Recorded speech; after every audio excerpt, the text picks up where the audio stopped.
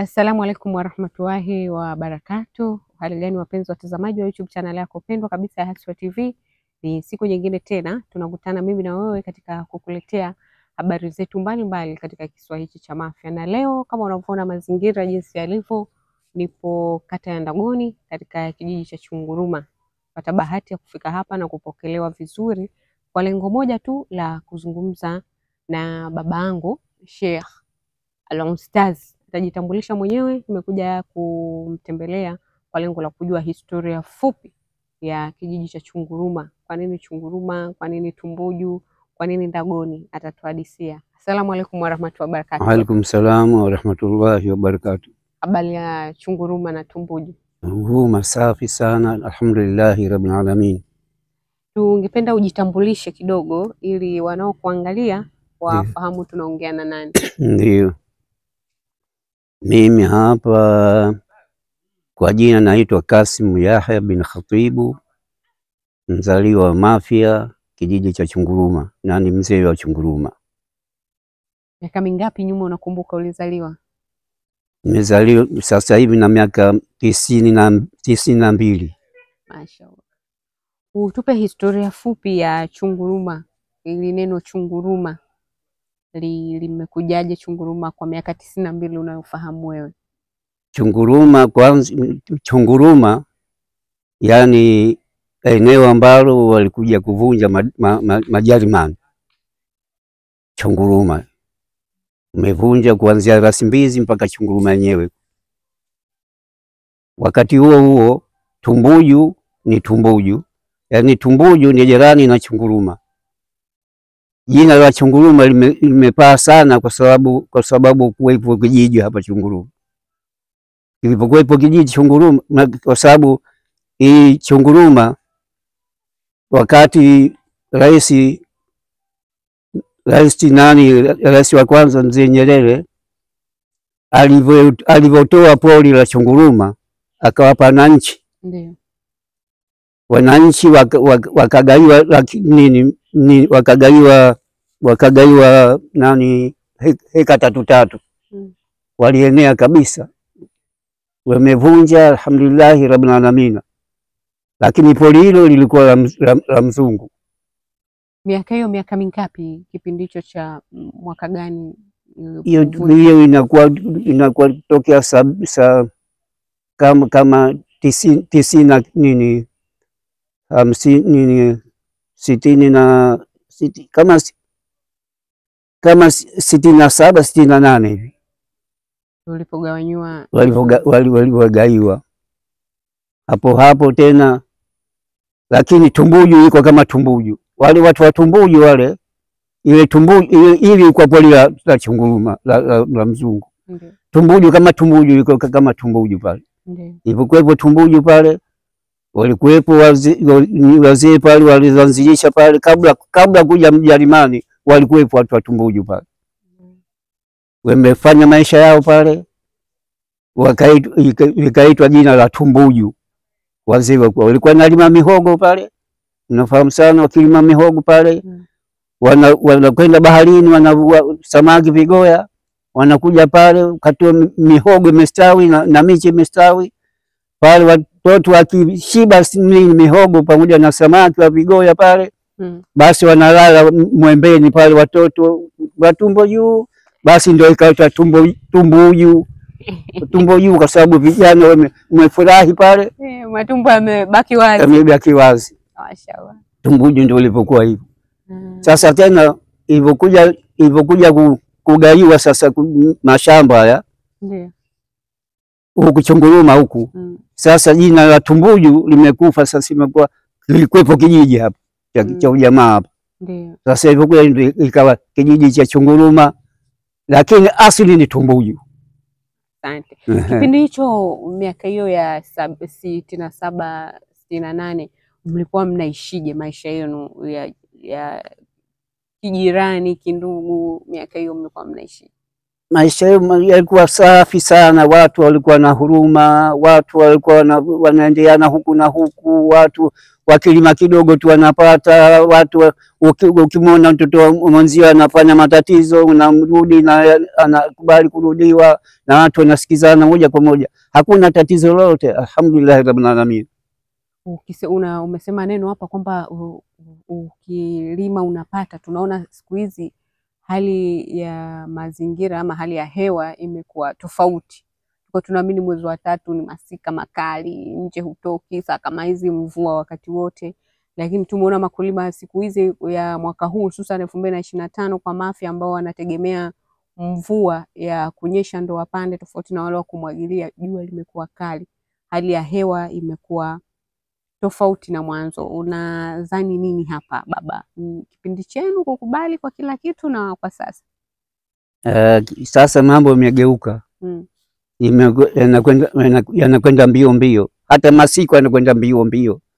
Kwa sababu sasa hivi watu wakilima kidogo tu baraka inakuwepo, lakini sasa wanalima kwa wingi, baraka hakuna, na mvua haziji kama kawaida. Lakini zamani zilikuwa mvua zinakuja kama kawaida, watu walikuwa wanafanya madua, wanasikilizana, alhamdulillah rabbil alamin. Sasa hivi imekuwa hakuna mambo hayo. Au ndio sababu ya kukosa hizi baraka, kwamba hatusikilizani? Ndio kikubwa, maana yake imekuwa chuki nyingi za binadamu sasa hivi. Sasa hivi kitu kilichotawala katika nchi hii chuki, ndugu na ndugu, na jirani na jirani, na watu wengine, chuki moja kwa moja, kitu kilichotawala sasa hivi. Tuzungumze baba, nikurudishe nyuma kipindi cha ujana wako, miaka hiyo. Umesema una miaka 92, tuseme kipindi cha miaka 25, 20, ujana ule ngangali, ulikuwa unajishughulisha na kazi gani hasa? Mimi hapa mwaka 58 nilitoka hapa, nilisafiri nikwenda Zanzibar. Kwenda Zanzibar kule kwenda kutafuta maisha kama kawaida. Kwa bahati nikifika Zanzibar kule nikafanya kazi kule kiinua miguu kule katika vinu vya usumba na mafuta pale. Nimefanya kazi kule, mwisho nikaingia katika kujifundisha cherehani. Nikawa mfundi mkubwa wa cherehani. Nikarudi Mafia hapa. Nikarudi Mafia hapa, mzee wangu mamangu akanambia, mwanangu umerudi sasa, nataka uoe. Kwa hivyo mama alinichukua akaenda akaniozesha mtoto wa kaka yake. Na siku ya ndoa itakuwa kama siku ambayo mapinduzi ya Unguja ile, mnafahamu, yalikuwa Jumamosi kwa mtu Jumapili. Jumapili mimi nashika mkono kuoa, hapo nasikia Unguja imepinduliwa. Basi nikuja hapa Mafia, ikawa nashughulika na mambo ya kilimo, nishaghulika, nikafanya mkahawa kidogo, naendeleza na mkahawa na kilimo na ufundi na kwenda nao, alhamdulillah rabbil alamin. Miaka ikaendelea kidogo mpaka ikafika kwamba nikafika katika mambo ya siasa tena. Nikaingia katika mambo ya siasa pale. Kwa bahati hii Chunguruma ilikuwa pamoja na Ndagoni. Ilipokuwa pamoja na Ndagoni Chunguruma, sasa wote hapa Chunguruma tunakwenda Ndagoni. Lakini baada ya miaka 2 mitatu Chunguruma tukapata serikali ya kijiji. Uamuzi umetokea kutoka mkoani. Ikawa Chunguruma kupata kijiji, ndio ikaanza nini kijiji. Ndio kaanza uchaguzi wa mwenyekiti wa kijiji. Miaka hiyo tumeendelea, wamepita wenye viti wa kijiji mpaka ikafikia 86. Mimi nilikuwa mwenyekiti wa kijiji 86. Ulidumu kwa miaka mingapi kwenye siasa? Kwa miaka 20. Mashaallah. Miaka 20 yote, uchaguzi ukipita kila baada ya miaka 5 navuka. Mashaallah. Nini kilisababisha ulidumu kwa muda mrefu katika madaraka ya mwenyekiti wa kijiji? Madaraka nimedumu kwa sababu baada ya kuchaguliwa nikaona mimi nishachaguliwa sasa hivi. Furaha yangu nataka nichaguliwe ikanitoka sasa, nishapewa huu mzigo, mimi nitauendeshaje? Kwa hivyo nilimtafuta mwenyekiti wa zamani, Ndio. si mwingine Abdurahman Mohamed Ndagoni. Ndio. Nikwenda nyumbani kwake. Nikamwambia mimi mwenyekiti nimekuja. Unasemaje? Nimekuja mimi, nimepewa mzigo wa kuendesha watu. Kwa hivyo nimekuwa mwenyekiti kama ulivyokuwa mwenyekiti wewe. Lakini mimi nataka mafunzo, nifundishe nifanyeje. Kwa bahati Abdurahman Mohamed akanifundisha kwamba nikitaka kuwa mwenyekiti hapa, akaniambia kaza kubwa, ananiambia kwamba kila shughuli inotokea katika kijiji chako uwepo wewe, japo kuwa ukuhalipiwa. Ndio. Halafu kuwatembelea watu na kuwapenda watu na usiwabague watu wote wamekuchagua wewe. Kwa hivyo niliashika hapa. Niliposhika mimi pale nikawa mwenyekiti hapa. Alhamdulillah rabbil alamin. Watu wote walikuwa tunapendana, alhamdulillah rabbil alamin, mpaka nilipokuja kuacha. Sasa mambo tunayoona kama haya. Siasa ambayo uliishi nayo wewe kwa kipindi cha muda wa miaka 20 ukilinganisha na siasa ambayo watu wanaishi sasa hivi na wanaiendesha siasa yao sasa hivi, ukilinganisha ina utofauti gani? Pana tofauti mkubwa. Utofauti wake sasa hivi, siasa ya zamani tukiingilia mpango wa nini wa nini tuseme serikali hizi. Unafahamu sana. Zamani wakitafuta uongozi, watu wakitaka uongozi kwa kutaka kuendesha watu. Lakini sasa hivi watu wanataka uongozi kwa kupambana na maisha yake binafsi yake. Unafahamu? Kwa hivyo sasa hivi kilichobaki sasa hivi imekuwa kama tatizo lilikuwepo kwamba sasa hivi watu hawapendani. Unafahamu sana. Sasa hivi ilikuwa nini siasa ilikuwa chama cha tawala na chama cha upinzani wanafanya na mbinu namna kutawala pale. Chama cha upinzani kinataka serikali. Chama cha serikali cha nini tawala haitaki kutoa husika nini serikali. Wanapingana hivyo, kila mtu ana mbinu zake. Mpaka chama tawala mpaka leo kinadumu kwa siasa zake na utulivu wake. Sasa hivi imeingia ikawa watu wasikizani, kwa sababu sasa badala ya kuwa chama upinzani na utawala, sasa hivi imeingia makundi. Yale makundi sasa ndio yanaharibu. Sasa makundi sasa huku chama tawala inataka serikali, nafahamu nini, upinzani inataka serikali. Sasa ile chama tawala mnafahamu sasa wote wanataka upinzani. Sasa kuna ushindo sasa katika chama tawala, kuna makundi. Kundi hili liko huku, kundi liko huku. Na kundi hili kazi yetu chuki tu. Na mimi mwenyewe katika makundi hayo. Kazi yetu chuki tu, namchukia mtu yani huyu ni mwanachama wa CCM lakini ana kundi jingine. Huyu mwanachama ni CCM ana kundi jingine na wewe kundi lako jingine, basi unamchukia. Hata ndugu yako unaweza wakamchinja. Unaona nini sababu? Sababu ni roho mbaya. Roho mbaya tu nipate mimi basi.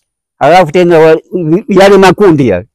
Yale makundi yale wanagombania yale makundi sasa ndio wanaopelekea wale kusema kwamba huyu mbaya, huyu si mbaya. Lakini sasa yale makundi yale yanapata manufaa sasa hivi. Yale makundi yale yanapata manufaa wale. Sasa ndio maana wanasema huyu mbaya, huyu si mbaya. Ndio hali yetu inakuwa mpaka sasa hivi chuki moja kwa moja. Tufanyeje baba, mawazo yako? Unaona tufanyeje hizi chuki kuziondoa, ya makundi kuyaondoa? Nini tukifanye? Kitu cha kukifanya sasa hivi, kitu cha kufanya sasa hivi ndio wakae viongozi wa siasa pamoja na wazee.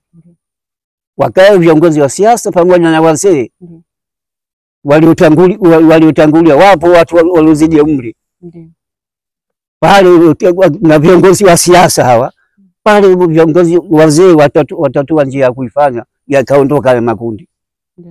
Lakini sasa wazee hawatakiwi. Tatizo hilo sasa. Kama hawatakiwi wazee, basi mambo yanakwenda hivyo hivyo. Tukiachana na siasa, maana naona ni uwanda mkubwa, tukiachana na siasa, tukizungumza sasa hivi, harakati zako za sasa hivi ambazo unazifanya ni zipi? Tukisema tukija kwa baba hapa tutaona harakati gani hasa?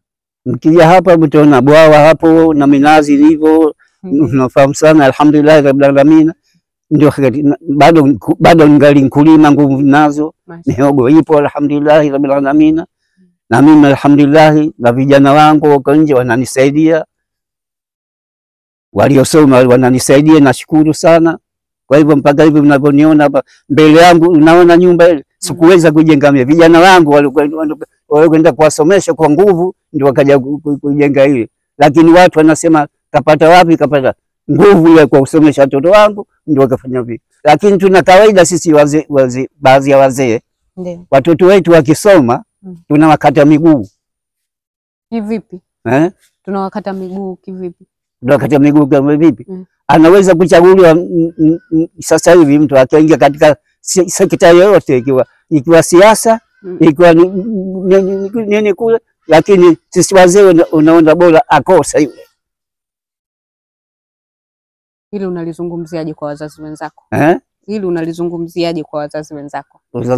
Nazungumza kwa wazazi wangu, tuwapende watoto wetu na tuwasomeshe, na tukishawasomesha akipata kazi mtoto wetu sisi tumuunge mkono moja kwa moja, tuushushe uzee wetu.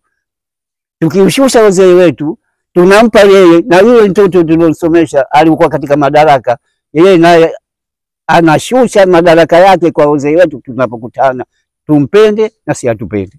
Asante. Tumalizie kipindi chetu kwa kuzungumza kwa upande wako. Miongoni mwa kazi ambazo tumeambiwa unazifanya ni kutoa matibabu kwa watu mbalimbali waliokuwa na shida, walikuwa wanakumbana na changamoto za hapa na pale. Utueleze matibabu yako kwa ufupi yanakuwa yanatolewaje na mtu anapataje huduma? Matibabu yangu hana tabu, kwa sababu sina ndumba wala sina mjiti. Mimi nasema tu alhamdulillah rabbil alamin, nafanya hivi basi, ikiwa kuzingua na zingua pale kama kawaida, wala sina makubwa. Lakini wakati mwingine unawezekana kusema pengine mimi inawezekana kwa pengine mimi na asili ya usharifu. Ndio maana wakasikia watu wanakuja sana hapa, wanatoka huko, watu wanakuja huko. Mimi na asili ya usharifu, naomba Mwenyezi Mungu anakubali. Wala sijui uganga, wala sina kisomo kikubwa, lakini ile nia yangu nikimwombea dua, na muombea dua kweli kweli, wala si na muombea mimi nipate kitu. Hivyo ndio Mungu alivyoniweka. Mashaallah. Kwa kumalizia, tuzungumze na vijana. Kama awali nilizungumza, kabla hatujaanza nilizungumza kwa upande wa vijana ambao tunasema wamefika umri wa kuoa, lakini wamekuwa wagumu kwenye kuoa licha ya kuwa riziki wanazipata. Lakini pia kwa kuwa hawajaoa bado kuna vitu ambavyo Mungu haviridhii kwa ambaye hajaoa wanavifanya. Wanawaharibu watoto, wanaenda mambo kinyume na maadili ya dini ya Kiislamu. Tuzungumze na hawa vijana. Vijana sasa hivi, kwanza naingia ndani ya ndoa. Ndio. Ndoa zinavunjika sana.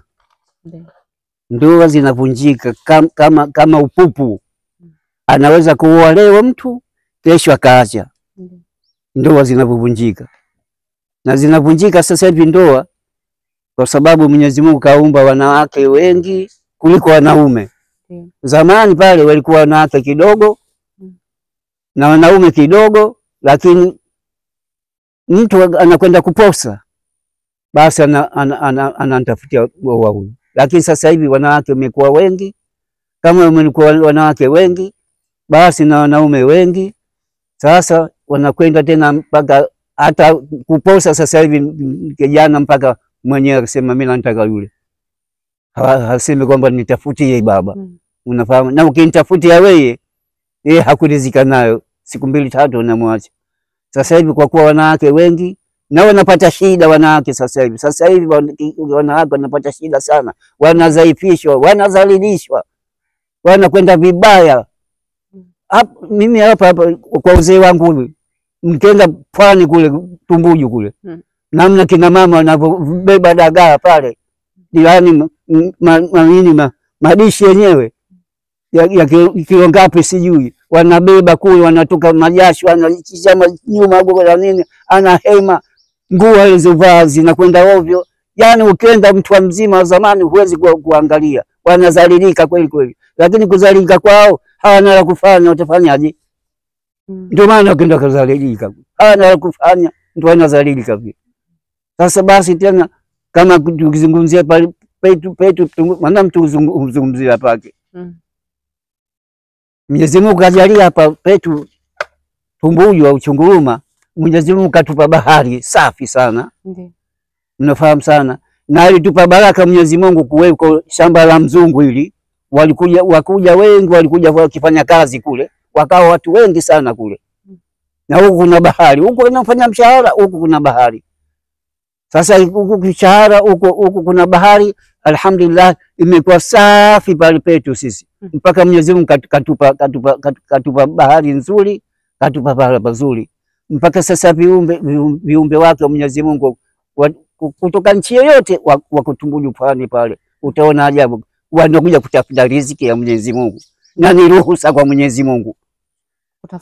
Kutafuta riziki ni ruhusa kwa Mwenyezi Mungu. Lakini sasa tatizo, kila mtu anakuja na lake sasa. Tumbuju pale mchawi anakuja na uchawi wake. Tumbuju pale utapeli anakuja na utapeli wake. Tumbuju pale nani huyu jambazi anakuja na uchawi wake. Tumbuju pale umemia matatizo pale moja kwa moja, mpaka Mwenyezi Mungu sasa hivi anatuonesha vituko vinotokea pale Tumbuju. Halafu sasa mabaya yote sasa yanakuja pale Tumbuju, ya maana imezidiwa sasa Tumbuju. Kama mashua basi imepitia kiasi, wanakuja pale imejaa pomoni, imejaa pomoni. Sasa pale sasa hivi hao wanaweka nini maklabu hapo, wanajenga majumba huku na huku na huku na huku, na wakiweka majumba na huku wanavuka hapa kwenda kwa mabinti huko, wanakuja nao huku, wafanya kazi wao, kumbe wana kazi zao. Ni mwanamke kwanza, mwanamke biashara, halafu tena anakuja kufanya kazi mule, halafu ana biashara yake ya kuifanya. Sasa imekuwa sasa vijana wetu, tuseme hapa vijana wetu wa Mafia hapa, kwa kuwa hawajavuka, wakimwona mtu kaja pale katika hoteli ya nini, na kaja pale tuseme kwa jina sizuri sana, kwa vijoti wanavaa vizuri, wanakaa vizuri, unafahamu sana. Sasa wale vijana wale wenye wake zao wanaacha, wanakimbia wake zao, wanakwenda kule. Ndio kazi ile kule. Na umesema umenichokoza hapa hapa Tumbuju, unafahamu sana. Si umetoka Kilindoni? Kilindoni kule kuna wanaume kule, wanawake zao. Sasa mwanamume mwenyewe anatoa ruhusa, nenda kafanye kazi, kabebe dagaa Chunguruma. Unafahamu sana, anakuja kubeba dagaa Chunguruma. Yule mwanamume kakaa kule, unafahamu sana. Sasa huko anapata shilingi 30, 40. Yule mwanamume kule hana kazi, yeye anapata shilingi 3000, 4000. Akaenda kule anamwona huyu hanifai kama kukaa hapa. Kama ana nyumba yake mwanangu anatoka na unanifahamu nini wewe? Nishakuwa na hela zangu. Unafahamu zangu. Lakini wanaathirika kweli kweli, na vijana wetu hawataka kuoa hao. Sasa umanisari anatafuta nini? Anaoa kila siku. Akenda tu pale kunya nini kule, kuna kijumba huko, anakwenda kuoa. Sasa anatafuta kuoa, ndio matatizo yake. Kwa kumalizia, toa wito kwa vijana na jamii ambayo inatuangalia kupitia YouTube channel yetu ya Haswa TV. Kwa kuangalia kwamba jamii, vijana wetu na jamii yote, naona kwamba turudi kwa Mwenyezi Mungu. Turudi kwa Mwenyezi Mungu. Tuwahimize vijana wetu, watoto wetu kwenda shuleni, kwenda kusoma, wende madarasani, wakapate madarasa, wakirudi wafanye ibada, wakifanya ibada na wakisoma sana, hapo kijana anaweza kugeuka, akawa raia mwema. Kama si hivyo haiwezekani lolote jinginelo. Upande wa kina mama sasa hivi, nasi kina mama tu, nilisema kwamba zinavunjika ndoa hapa. Unafahamu, ndoa zinavunjika sasa hivi hapa kwa sababu mwanamke, wengine wanawake wabaya, wengine wanaume wabaya.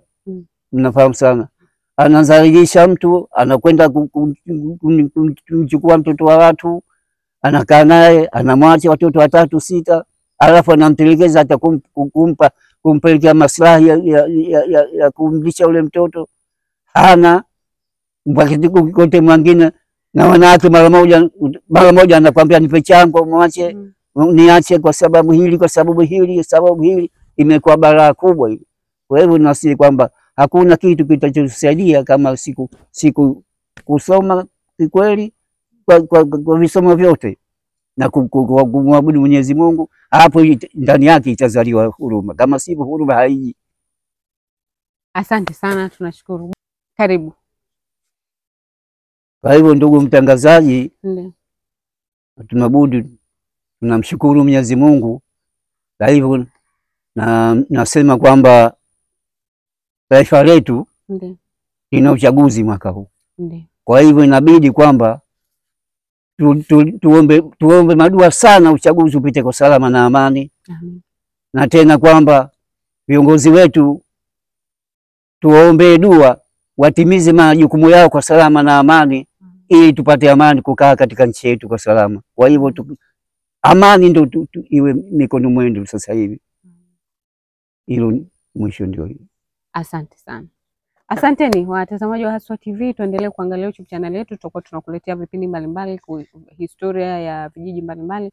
Leo tumeanza na kijiji cha Chunguruma, kitongoji cha Tumbuju Pwani. Tumezungumza na baba yetu, amewaeleza mengi, vijana, wazee, wanasiasa na wengine wote. Katika yote aliyozungumza, mimi nilichojifunza, kwanza, vijana tupambane; pili, tuachane na maovu, tumwabudu Mungu; lakini kikubwa zaidi, tutunze amani yetu tuliyokuwa nayo, kwa sababu wengi wanaitamani. Ili tufanye maendeleo mengine, lazima kwanza amani iwepo.